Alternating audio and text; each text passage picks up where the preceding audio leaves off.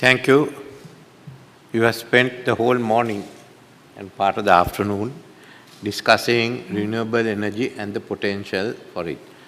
Firstly, the agreement with IMF has two advantages for us. One, we are restructuring the debt. Secondly, it should unleash the growth potentials of Sri Lanka.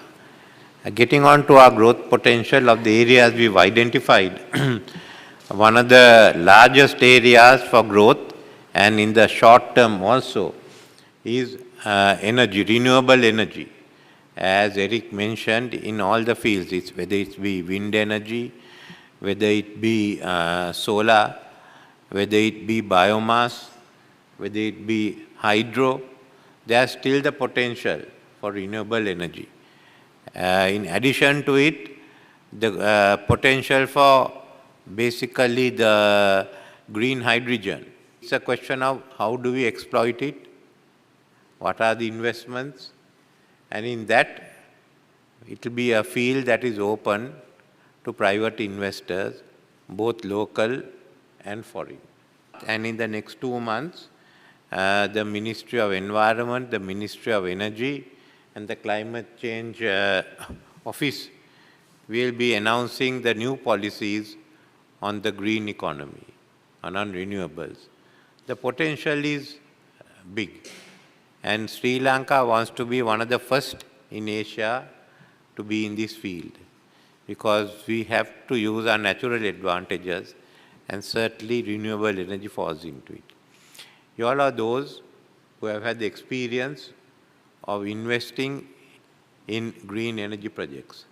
So when you look at Sri Lanka, remember that we will also be linked to South India, looking at the synergies of South India, not only in renewable and energy, but in other forms. We have already discussed Indian Oil of having their pipeline from India straight into Trincomalee. But we also see Trincomalee as a potential port for green hydrogen. That's the closest port to the north, which has the bulk of green hydrogen, renewable energy, wind power in Sri Lanka. So all this means opportunities, it means development, and development which means that the Sri Lanka economy expands, and at the same time you invest money and you get a good return on your investments. So we will look at how we accelerate the investment procedures and get through quickly. That's basically the strategy of the government. All right. Mr. President, I'm Willi Eerola from Finland, and we have worked for years with Orbital Energy. And we are kind of, thanks of the IMF deal, we are now back in talks also with the Finnish government.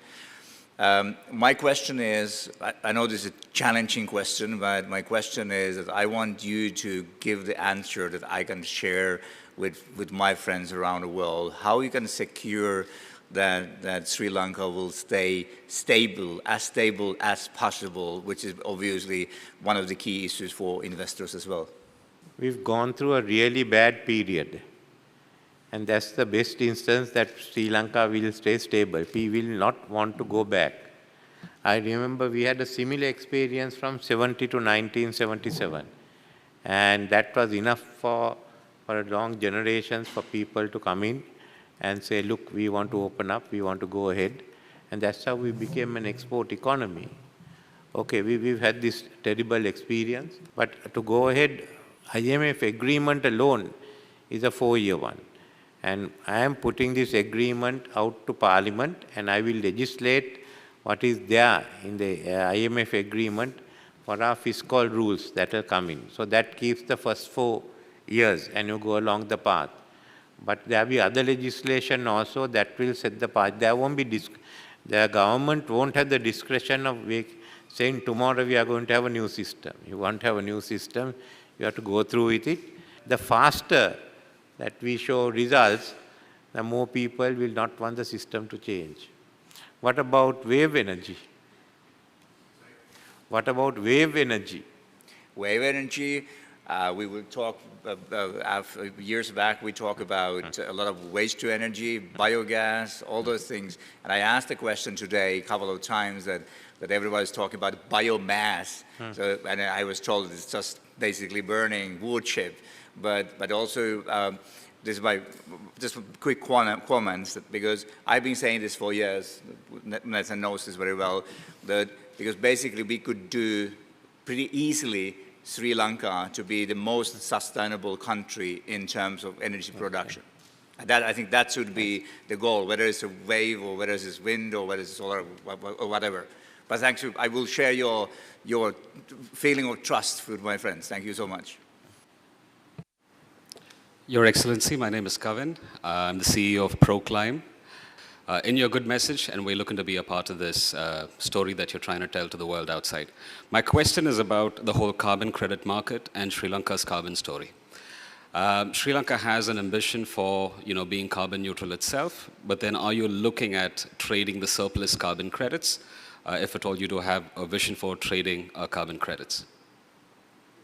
We aim for that we do trade in carbon credit, and we have an advantage there, so why not use it? Are you looking by any chance to create a exchange or a compliance market, if at all that is something on your mind?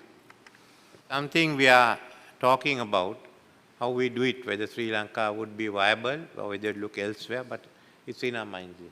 I think it requires razor-sharp focus of facilitation by the government to make such partnerships where trust is built. I think best is for you all to tell us what exactly should be the procedures and what is the business environment to expect, because we can, if necessary, bring in legislation which will govern the renewable energy sector and the green economy.